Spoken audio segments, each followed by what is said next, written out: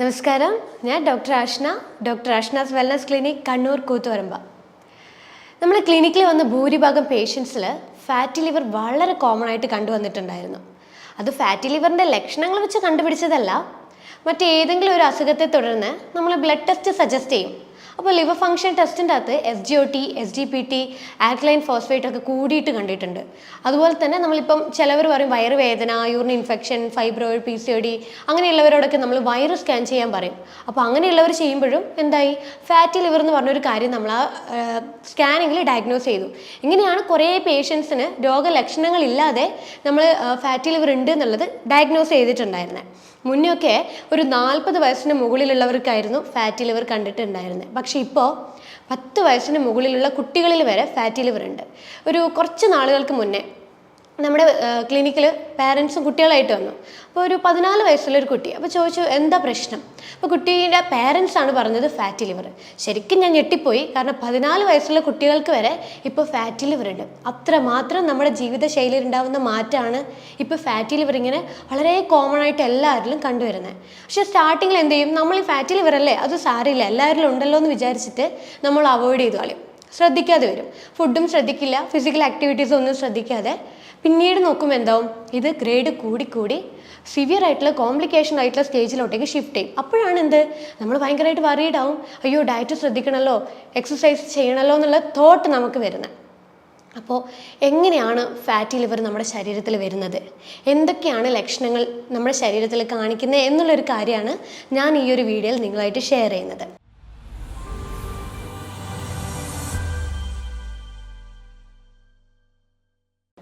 Fatty liver നമ്മുടെ ശരീരത്തിലുണ്ടായാൽ നമ്മുടെ ശരീരത്തിൽ പല രീതിയിലുള്ള ലക്ഷണങ്ങൾ കാണിക്കും.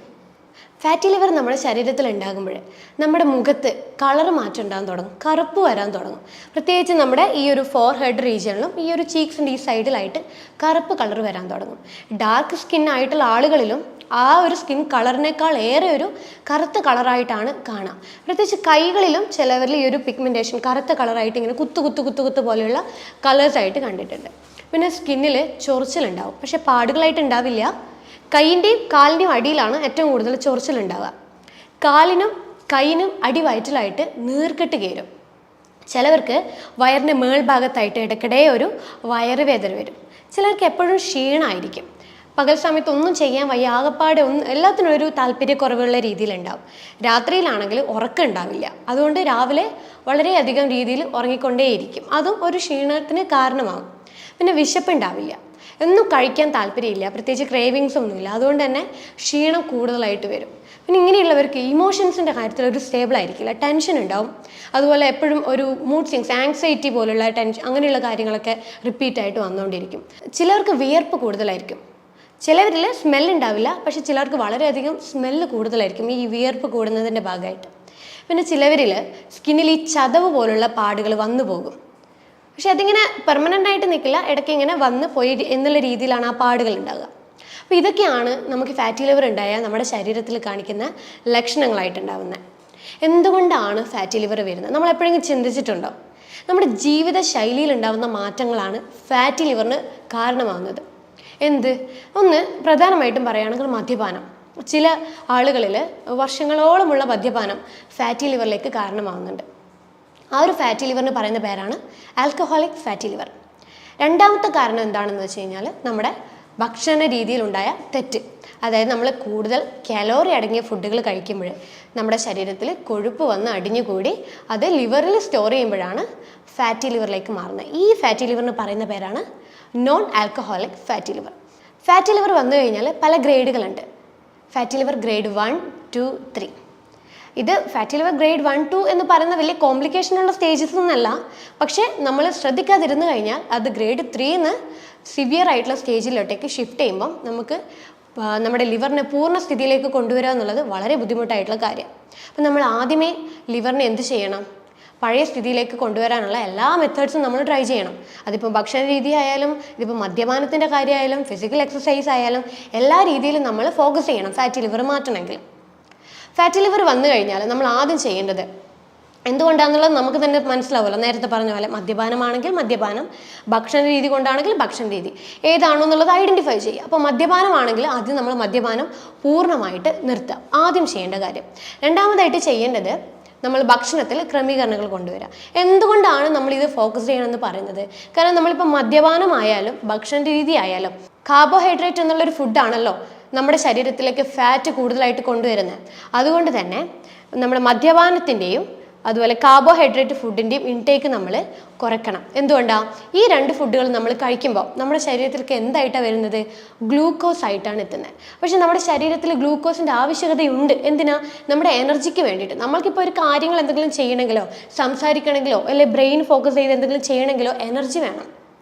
അപ്പോൾ ഈ എനർജിക്കാണ് ഗ്ലൂക്കോസ് എന്ന് പറയുന്നൊരു ഘടകം നമ്മുടെ ഉള്ളിലോട്ട് വരുന്നത്. ഉള്ളിലേക്ക് ഗ്ലൂക്കോസ് എത്തിക്കഴിഞ്ഞാൽ നമ്മുടെ ശരീരം എന്ത് ചെയ്യും? ആവശ്യമുള്ളത് നമ്മുടെ ഗ്ലൂക്കോസ് ശരീരം യൂസ് ചെയ്യും. പക്ഷേ നമ്മൾ ആവശ്യത്തിൽ കൂടുതൽ കഴിക്കുന്നുണ്ടെങ്കിലോ അങ്ങനെ വരുമ്പോൾ നമ്മുടെ ശരീരം എന്താ ചെയ്യണേ? കൂടുതലുള്ളതിന് നമ്മുടെ ശരീരം തള്ളി മാറ്റി അത് ലിവറിലേക്ക് അടിഞ്ഞുകൂടി വരുമ്പോഴാണ് എന്ത് തുടങ്ങുന്നത്? ഫാറ്റി ലിവർ തുടങ്ങുന്നത്. മദ്യപാനം ഞാൻ സപ്പോർട്ട് ചെയ്യില്ല, കാരണം മദ്യപാനം നമ്മുടെ ശരീരത്തിന് ഹാനികരമാണ്. ഭക്ഷണ രീതി നമുക്ക് എന്തായാലും നമുക്ക് ആവശ്യമുള്ള രീതിയിൽ കഴിക്കേണ്ടതാണ്. പക്ഷെ നമ്മൾ കൺട്രോൾ ചെയ്തിട്ട് വേണം നമ്മൾ ഭക്ഷണ ക്രമീകരണങ്ങൾ കൊണ്ടുപോകാനായിട്ട്. ഫിസിക്കലി നന്നായിട്ട് അധ്വാനിക്കുന്നവർക്ക് എനർജി വേണം. പക്ഷെ വലിയ രീതിയിൽ അധ്വാനം ഇല്ലാത്തവർക്ക് എനർജിയുടെ ആവശ്യമില്ല, കുറവായിട്ടേ നമ്മുടെ ശരീരത്തിന് വേണ്ടൂ. അങ്ങനെയുള്ള രീതിയിൽ വേണം നമ്മൾ ഡയറ്റ് ഫോളോ ചെയ്യാനായിട്ട്. അപ്പോൾ ഈ ഫാറ്റി ലിവർ ഉള്ളവർക്ക് എങ്ങനെ ഡയറ്റ് കൊണ്ടുപോകണം എന്നുള്ളൊരു കാര്യം ഞാൻ ഡീറ്റെയിൽ ആയിട്ട് പറഞ്ഞുതരാം. ഫാറ്റി ലിവർ എന്ന് കേൾക്കുമ്പോൾ തന്നെ നിങ്ങൾക്ക് മനസ്സിലാവുന്നുണ്ടാവും. ഫാറ്റ് അതായത് കൊഴുപ്പ്, നമ്മുടെ കരളിൽ കൊഴുപ്പ് വന്ന് അടിഞ്ഞു കൂടുന്ന ഒരു അവസ്ഥയാണ് ഫാറ്റി ലിവർ എന്ന് പറയുന്നത്. ഫാറ്റി ലിവർ വന്നു കഴിഞ്ഞാൽ ഇനി കൊഴുപ്പിൻ്റെ ശരീരത്തിന് ആവശ്യമുണ്ടോ? ഇല്ല, കാരണം ശരീരത്തിൽ ഓൾറെഡി കൊഴുപ്പ് അടിഞ്ഞു കൂടാൻ തുടങ്ങി. അപ്പം നമ്മൾ എന്ത് ചെയ്യണം? ഇനി കൊഴുപ്പടങ്ങിയ ഫുഡുകൾ കഴിക്കാതിരിക്കാൻ വേണ്ടിയിട്ട് ആദ്യം ശ്രദ്ധിക്കണം. ഏതൊക്കെ? ധാന്യങ്ങളാണ് നമ്മൾ ആദ്യം കുറയ്ക്കേണ്ടതായിട്ടുള്ളത്. ധാന്യങ്ങൾ എന്ന് പറയുമ്പോൾ അരിയാഹാരമാവാം, ഗോതമ്പാവാം, പഞ്ചസാരയാവാം, എണ്ണ പലഹാരങ്ങളാവാം, വറുത്ത് പൊരിച്ച കാര്യങ്ങളാകാം, ജങ്ക് ഫുഡ് ആകാം, കാർബണേറ്റഡ് ഡ്രിങ്ക്സ് ആകാം. ഇതൊക്കെ എന്തായിട്ടാണ് നമ്മുടെ ശരീരത്തിലേക്ക് വരുന്നത്? ഗ്ലൂക്കോസിൽ നിന്ന് കൊഴുപ്പായി എന്നുള്ള രീതിയിൽ കൺവേർട്ട് ചെയ്യുന്ന ഫുഡുകളാണ് ഇതൊക്കെ. അപ്പോൾ നമ്മൾ എന്ത് ചെയ്യണം? അപ്പോൾ ഈ ഫുഡുകളൊക്കെ എന്തായിട്ടാണ് നമ്മുടെ ശരീരത്തിലേക്ക് എത്തുന്നത്? കൊഴുപ്പായിട്ടാണ് നമ്മുടെ ശരീരത്തിലോട്ടേക്ക് മാറുന്നത്. അപ്പോൾ ഫാറ്റി ലിവർ ഉള്ളവർ ഈ ഒരു കൊഴുപ്പടങ്ങിയ ഫുഡുകൾ പൂർണ്ണമായിട്ടും ഒഴിവാക്കേണ്ടത് നിർബന്ധമായിട്ടുള്ള കാര്യമാണ്. കാരണം നമുക്ക് ഓൾറെഡി കൊഴുപ്പ് ശരീരത്തിൽ അടിഞ്ഞു കൂടിയിട്ടുണ്ട്. അപ്പോൾ ഇനി ഒരു കൊഴുപ്പടങ്ങിയ ഫുഡിൻ്റെ ആവശ്യകത നമ്മുടെ ശരീരത്തിനില്ല. ഉള്ള സ്റ്റോർ ചെയ്ത കൊഴുപ്പിനെ നമ്മൾ ഒഴിവാക്കി കളയണമെങ്കിൽ ഇനി ഒരു കൊഴുപ്പടങ്ങിയ ഫുഡുകൾ നമ്മുടെ ശരീരത്തിലേക്ക് കൊടുക്കരുത്. അപ്പോൾ നമ്മളിപ്പോൾ ഒരു ദിവസം സ്റ്റാർട്ട് ചെയ്യുമ്പോൾ നമ്മൾ എന്താ ചെയ്യുന്നത്? യൂഷ്വലി എല്ലാവരും ചെയ്യുന്നത് രാവിലെ തന്നെ നല്ല പാലൊഴിച്ച് നല്ല പഞ്ചസാര ഇട്ടിട്ട് നല്ലൊരു കാപ്പിയോ അല്ലെങ്കിൽ ചായയോ എടുക്കും. പക്ഷെ ഇതെന്ന് പറയുന്നത് എന്താ? നമ്മൾ പഞ്ചസാരയും പാലും ഒക്കെ ചെല്ലുമ്പോഴേ ഇത് കൊഴുപ്പായിട്ടാണ് ശരീരത്തിൽ വരുന്നത്. തുടക്കം തന്നെ എന്തായി? നമ്മുടെ ശരീരത്തിന് കൊഴുപ്പായിട്ടാണ് കിട്ടുന്നത്. പക്ഷെ ന്യൂട്രീഷൻ ഒന്നും തന്നെ വന്നില്ല. നമ്മൾ പറയുന്നില്ലേ your breakfast is your brain food എന്ന് നമ്മൾ പറയുന്നില്ലേ? പക്ഷേ നമ്മൾ എന്താ കൊടുക്കുന്നത്? പകരം നേരെ തല തിരിച്ചിട്ട് കൊഴുപ്പടങ്ങിയ ഫുഡുകളാണ് കൊടുക്കുന്നത്. അങ്ങനെ ചെയ്യാതെ നമ്മൾ ബ്രെയിനിന് വേണ്ട ഫുഡുകൾ എന്താണോ അതാണ് നമ്മൾ പ്രൊവൈഡ് ചെയ്യേണ്ടത്. അല്ലാതെ ഫാറ്റ് അടങ്ങിയ ഫുഡുകൾ ഒരു ദിവസം തുടങ്ങരുത്. അപ്പോൾ നമ്മളൊരു ദിവസം തുടങ്ങുമ്പോഴേ നമ്മൾ എന്ത് ചെയ്യും? ഒരു രാവിലെ ഒരു 7 മണിക്കോ അല്ലെങ്കിൽ 7:30 ആയിട്ട് നമ്മൾ കുറച്ച് നട്ട്സായിട്ട് സ്റ്റാർട്ട് ചെയ്യുക. ഒരു 5 ബദാം, 5 കാഷ്യൂസ്, ഒരു 2-3 വാൾനട്ട്, ഇങ്ങനെയുള്ള എന്തെങ്കിലും ഒരു നട്ട്സോ പിന്നെ നമ്മൾ ഉണക്കമുന്തിരിങ്ങ അങ്ങനെയുള്ള കാര്യങ്ങളൊക്കെ ആയിട്ട് രാവിലത്തെ ഒരു ഡേ സ്റ്റാർട്ട് ചെയ്യുക. അത് കഴിച്ച് ഒരു 1/2-3 മണിക്കൂറൊക്കെ കഴിഞ്ഞതിന് ശേഷം മാത്രം ബ്രേക്ക്ഫാസ്റ്റിലോട്ടേ പോവുക. അപ്പോൾ ബ്രേക്ക്ഫാസ്റ്റ് എടുക്കുമ്പോൾ നമുക്ക് എന്ത് ചെയ്യാം? ഈ ധാന്യങ്ങൾ ഇങ്ങനത്തെ ഒഴിവാക്കുക, അരിയാഹാരങ്ങൾ ഒഴിവാക്കുക, ഗോതമ്പിൻ്റെ ഐറ്റംസ് ഒഴിവാക്കുക. പകരം നമുക്ക് ചെറുപയർ പൊതിർത്തിട്ട് ചെറുപയറിനെ കൊണ്ടുള്ള ദോശ ഉണ്ടാക്കിയിട്ട് കഴിക്കാം. 1-2 ചെറുപയർ ദോശയായിട്ട് കഴിക്കാം. അല്ലെങ്കിൽ നമുക്ക് ഓട്സ്, സ്റ്റീൽ കട്ട് ഓട്സ് അല്ലെങ്കിൽ റോൾഡ് ഓട്സ് ഒക്കെ ആയിട്ട് അവൈലബിൾ ആയിട്ടുണ്ട്. അതിൻ്റെ ഒരു കപ്പ് ബൗളിൽ ഓട്സ് നമ്മൾ നോർമൽ വെള്ളത്തിൽ കുറുക്കിയെടുത്ത് കുറച്ച് ഉപ്പ് ഇട്ടിട്ട് അതിൻ്റെ കൂടെ നമുക്ക് പ്രോട്ടീൻസ് കൂടുതൽ കമ്പൈൻ ചെയ്തെടുക്കുക. അത് ഓട്സും വേണമെങ്കിൽ നമുക്ക് ഒരു മുട്ടയോ അല്ലെങ്കിൽ ഓട്സ് മാത്രം, വെജിറ്റേറിയൻസ് ആണെങ്കിൽ വെറും ഓട്സ് മാത്രമായിട്ടും കഴിക്കാം. അല്ലെങ്കിൽ വേറൊരു ഓപ്ഷൻ എന്താണെന്ന് വെച്ച് കഴിഞ്ഞാൽ നമുക്ക് രാവിലെ ഒരു നേന്ത്രപ്പഴം പകുതി പുഴുങ്ങിയിട്ടോ അല്ലെങ്കിൽ ജസ്റ്റ് ഒന്ന് നെയ്യിൽ വാട്ടിയെടുത്തിട്ടോ അതിൻ്റെ കൂടെ 2 മുട്ടയോ അല്ലെങ്കിൽ 1 മുട്ടയോ ആയിട്ട് രാവിലത്തെ ബ്രേക്ക്ഫാസ്റ്റ് നമുക്ക് ഈ രീതിയിലൊന്ന് എടുക്കാം. പിന്നെ വരുന്നത് ഒരു 11:30 ആകുമ്പോഴേ എന്തെങ്കിലും ചെറിയ രീതിയിൽ എന്തെങ്കിലും കഴിക്കുക. വേണമെങ്കിൽ ഹാഫ് ബൗൾ പപ്പായയോ ഹാഫ് ബൗൾ വാട്ടർമെലൺ അല്ലെങ്കിൽ ബത്തക്ക, നമ്മുടെ നാട്ടിൽ ബത്തക്ക എന്ന് പറയും, മറ്റുള്ളവർക്ക് തണ്ണിമത്തൻ എന്ന് പറയും. ഹാഫ് ബൗൾ തണ്ണിമത്തനോ അല്ലെങ്കിൽ ഒരു ആപ്പിളോ അല്ലെങ്കിൽ ഒരു പേരയ്ക്കോ അങ്ങനെ എന്തെങ്കിലും ആയിട്ട് ലൈറ്റ് ആയിട്ടുള്ള ഫുഡ് ഒരു 11:30 ആകുമ്പം കഴിക്കാം. ഉച്ചക്ക് ഒരു തവി ചോറ് വേണമെങ്കിൽ കഴിക്കാം നിർബന്ധമാണെങ്കിൽ. അല്ലാത്തവർക്ക് എന്ത് ചെയ്യാം, വെജിറ്റബിൾസിൻ്റെ സാലഡ്സോ അല്ലെങ്കിൽ മീൻ പീര ഇട്ടിട്ടോ അങ്ങനെ എന്തെങ്കിലും കഴിക്കുക. കാരണം നമ്മൾ ഉച്ചക്ക് ഓൾറെഡി നമ്മൾ ചോറ് കാര്യങ്ങളൊക്കെ കട്ട് ചെയ്യാം. അപ്പം നമ്മൾ ഒരു ഫുഡ് കട്ട് ചെയ്യുമ്പോൾ അതിനെ സബ്സ്റ്റിറ്റ്യൂട്ട് ചെയ്തിട്ടുള്ള ഫുഡുകൾ നമ്മൾ ആഡ് ചെയ്യണം. അതായത് പ്രോട്ടീൻ നിർബന്ധമായിട്ടും നമ്മുടെ ലിവറിന് അത്യാവശ്യമായിട്ടുള്ള ഫുഡാണ്. അപ്പോൾ ഉച്ചക്കും രാവിലെയും ഒക്കെ നമ്മൾ ചെറിയ ചെറിയ തോതിൽ നമ്മൾ പ്രോട്ടീൻ നിർബന്ധമായിട്ടും കൊടുത്തിരിക്കുക.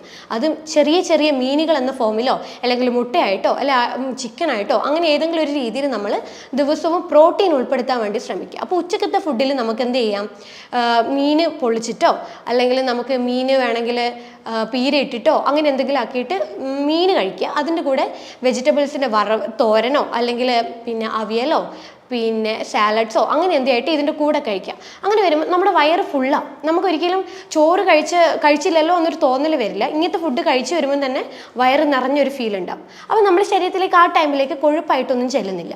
പിന്നെ നമുക്ക് എന്ത് ചെയ്യാം, ഒരു 4 മണിയാകും എഗെയിൻ ഒരു കുറച്ച് നട്ട്സ് കാര്യങ്ങൾ ഉൾപ്പെടുത്താം. വേണമെങ്കിൽ ഗ്രീൻ ടീയോ അല്ലെങ്കിൽ കട്ടൻ കാപ്പിയോ നിർബന്ധമുള്ളവർക്ക് കട്ടൻ കാപ്പിയോ നിർബന്ധമുള്ളവർക്ക് കട്ടൻ കാപ്പിയായിട്ടും എടുക്കാം. അത് വിത്തൗട്ട് ഷുഗർ ഇല്ലാതെ വേണം നമ്മൾ കട്ടൻ കാപ്പിയൊക്കെ ആയിട്ട് എടുക്കാൻ വേണ്ടിയിട്ട്. അല്ലെങ്കിൽ ഫ്രൂട്ട് സാലഡ്സോ അല്ലെങ്കിൽ കുറച്ച് നട്ട്സോ അങ്ങനെ എന്തെങ്കിലും ആയിട്ട് വൈകുന്നേരത്തെ ഫുഡാക്കി മാറ്റാം. രാത്രി ഒരു 7 മണിക്കുള്ളിൽ നമ്മുടെ ഭക്ഷണ രീതി സ്റ്റോപ്പ് ചെയ്യണം. കാരണം കിടക്കുന്നതിന് മുന്നേ ഒരു 2-3 മണിക്കൂർ മുന്നേ നമ്മുടെ വയറ് കാലിയായിട്ട് വേണം നമ്മൾ ഉറക്കത്തിലേക്ക് പോകാനായിട്ട്. അല്ലെങ്കിൽ എന്താവും, നമ്മൾ ഉറങ്ങുമ്പോഴും നമ്മുടെ വയറിങ്ങനെ പണിയെടുത്തുകൊണ്ടിരിക്കുക, മെറ്റബോളിസം കുറയും. മെറ്റബോളിസം എന്ന് വെച്ചാൽ എന്താ, നമ്മുടെ ശരീരത്തിലെ കോശങ്ങൾ ഫുഡിനെ എനർജി ആക്കി മാറ്റുന്ന ആ ഒരു രീതി അത് കുറഞ്ഞു പോകും. അങ്ങനെ കുറയുമ്പോഴാണ് എന്താവുന്നത്, നമ്മുടെ ശരീരത്തിൽ കൊഴുപ്പ് വന്ന് അടിഞ്ഞുകൂടുന്നത്. കാരണം ഫുഡ് എനർജി ആക്കുന്നില്ലല്ലോ. അങ്ങനെ വരുമ്പോഴേ നമുക്ക് കൊഴുപ്പ് കൂടുതലായിട്ട് വരും, ഫാറ്റി ലിവർ വരും, അമിതവണ്ണം വരും, PCOD വരും, ഡയബറ്റിക് ആവും, പ്രമേഹം, പിന്നെ കൊളസ്ട്രോൾ, ഇങ്ങനെയുള്ള പല കണ്ടീഷൻസ് വരും. അപ്പോൾ രാത്രി ഒരു 7 മണി ആകുമ്പോഴേക്കും നമ്മൾ രാത്രിത്തെ ഫുഡ് സ്റ്റോപ്പ് ചെയ്യണം. അത് എന്തൊക്കെയാണെന്ന് വെച്ചാൽ സെയിം നമുക്കൊരു കുറച്ച് സാലഡ് ഫോമിൽ എന്തെങ്കിലും ഉണ്ടാക്കുക, അല്ലെങ്കിൽ വെജിറ്റബിൾസിൻ്റെ തോരൻ ഉച്ചക്കത്തെ ബാക്കിയുണ്ടെങ്കിൽ അത് കഴിക്കാം. അങ്ങനെ എന്തെങ്കിലും രീതിയിൽ കഴിക്കുക. ഒരിക്കലും ചോറോ അല്ലെങ്കിൽ രാവിലത്തെ ബ്രേക്ക്ഫാസ്റ്റ് എന്തെങ്കിലും ബാക്കിയുണ്ടെങ്കിൽ അതോ അങ്ങനെ ഒന്നും കഴിക്കരുത്. ഡയറക്റ്റ് ഫ്രഷ് ആയിട്ട് ഉണ്ടാക്കിയ ഫുഡായിട്ട് മാത്രം രാത്രിത്തെ ഫുഡിൽ ഉൾപ്പെടുത്താം. അപ്പോൾ നമുക്ക് എന്തെങ്കിലും തോരൻ അല്ലെങ്കിൽ വെജിറ്റബിൾ സാലഡ്സ് അത് നമുക്ക് ഗ്രേറ്റ് ചെയ്ത കോക്കനട്ട് തേങ്ങ ചിരണ്ടിയിട്ട് അതിലിടാം. നമ്മുടെ ഇപ്പോൾ ഫാറ്റി ലിവർ ഉള്ളവർക്ക് നമ്മൾ എന്താ ഫോക്കസ് ചെയ്യേണ്ടത്, കാലോറി അടങ്ങിയ ഫുഡുകൾ നല്ല രീതിയിൽ കുറയ്ക്കുക, ഹൈ പ്രോട്ടീൻ ഉൾപ്പെടുത്തുക, ഹൈ ഗുഡ് ഫാറ്റ് ഉൾപ്പെടുത്തുക. അപ്പോൾ ഈ ഗുഡ് ഫാറ്റ് എന്ന് പറയുമ്പോൾ എന്തൊക്കെയാണ്, തേങ്ങ വരും, നെയ്യ് വരും, പിന്നെ അതുപോലെ തന്നെ ബട്ടർ വരും, അവക്കാഡോ വരും. ഇതൊക്കെ നല്ല ഗുഡ് ഫാറ്റ് അടങ്ങിയ ഫുഡുകളാണ്. അപ്പോൾ ഇതൊക്കെ നല്ല രീതിയിൽ ദിവസം ഉൾപ്പെടുത്തുന്നത് കൊളസ്ട്രോളോ കാര്യങ്ങളോ അല്ലെങ്കിൽ ഫാറ്റി ലിവറോ ഒന്നും കൂടാൻ പോകുന്നില്ല. അപ്പോൾ നമ്മുടെ രാത്രിത്തെ ഭക്ഷണത്തിൻ്റെ അകത്ത് സാലഡ്സ് ഉച്ചക്കും ഉണ്ടാക്കുമല്ലോ, സാലഡ്സ് ഒക്കെ ഉണ്ടാക്കുമ്പോൾ നമ്മൾ തേങ്ങ ചിരണ്ടി ഇട്ടിട്ട് ആ ഒരു സാലഡ് ഉണ്ടാക്കിയിട്ട് കഴിക്കാം.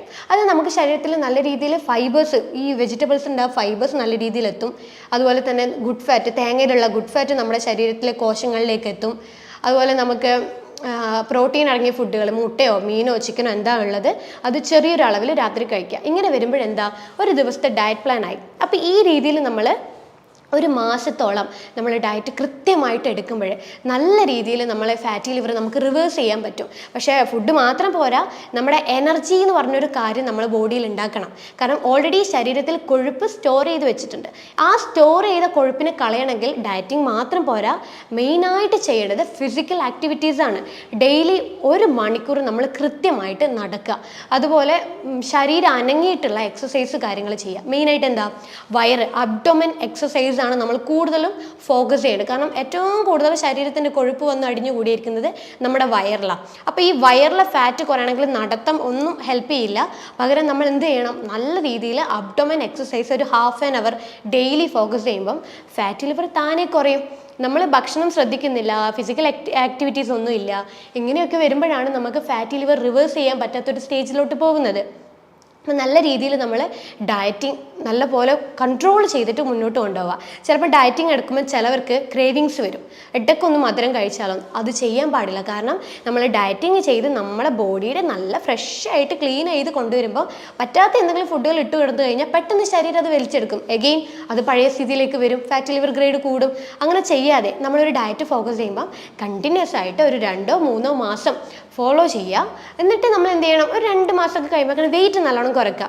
ഒരു 8 കിലോ 5 കിലോ 10 കിലോളം വെയിറ്റ് കുറക്കുമ്പോൾ തന്നെ ഗ്രേഡ് റിവേഴ്സ് ആവാൻ തുടങ്ങും. 2 ആണെങ്കിൽ ഗ്രേഡ് 1 പോകും, 1 ആണെങ്കിൽ പൂർവ്വസ്ഥിതിയിലോട്ടേക്ക്, കരളിൻ്റെ പൂർവ്വസ്ഥിതിയിലോട്ട് കൊണ്ടുവരും. അപ്പോൾ ഈ രീതിയിലാണ് ശരിക്കും നമ്മൾ ഡയറ്റ് കാര്യങ്ങളൊക്കെ ഫോക്കസ് ചെയ്യേണ്ടത്.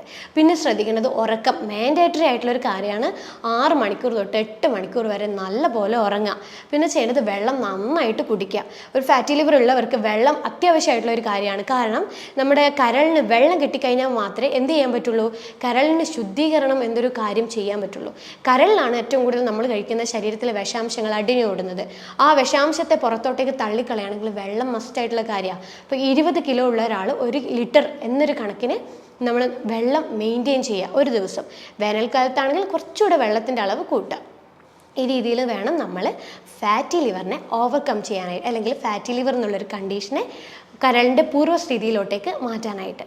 അപ്പോൾ ഞാൻ നേരത്തെ പറഞ്ഞ പോലത്തെ ലക്ഷണങ്ങൾ എന്തെങ്കിലും നിങ്ങൾ തുടർച്ചയായിട്ട് ഫേസ് ചെയ്യുന്നുണ്ടെങ്കിൽ നിങ്ങൾ സെൽഫായിട്ടൊന്ന് ഡയഗ്നോസ് ചെയ്യുക. ഫാറ്റി ലിവർ ഉണ്ടോ, അങ്ങനെ എന്തെങ്കിലും സംശയം ഉണ്ടെങ്കിൽ നിങ്ങൾ എന്ത് ചെയ്യണം, ഒരു ഡോക്ടറെ പോയിട്ട് കൺസൾട്ട് ചെയ്യുക. എന്നിട്ട് അതിന് വേണ്ട ബ്ലഡ് ടെസ്റ്റും സ്കാനിങ്ങും കാര്യങ്ങളൊക്കെ ചെയ്ത് ഉറപ്പ് വരുത്തുക. ഫാറ്റി ലിവർ ഉണ്ടോ, ഫാറ്റി ലിവർ ഇല്ലയോ എന്നുള്ളൊരു കാര്യം. കാരണം ഫാറ്റി ലിവർ ഉണ്ടെങ്കിൽ നമുക്ക് നീട്ടിക്കൊണ്ടാൻ പാടില്ല, പെട്ടെന്ന് തന്നെ നമുക്കത് തിരിച്ച് റിവേഴ്സ് ചെയ്യിപ്പിക്കണം.